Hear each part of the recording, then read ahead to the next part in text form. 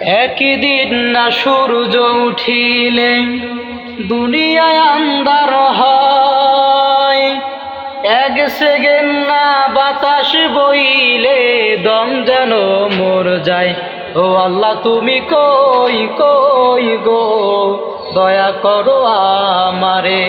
ও আল্লাহ তুমি কই কই গো, দয়া করো আমারে।